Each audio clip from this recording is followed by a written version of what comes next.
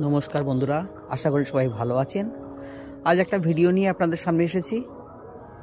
বসিরহাটে গিয়েছিলাম, সেখান থেকে কয়েকটা জবা গাছ কিনে এনেছি নার্সারি থেকে। সেটাই এখন আমি আপনাদের সামনে শেয়ার করব, দেখাচ্ছি, দেখতে থাকুন। এই দেখুন, এই 3টে গাছ কিনে আনলাম আজকের বসিরহাট নার্সারি থেকে।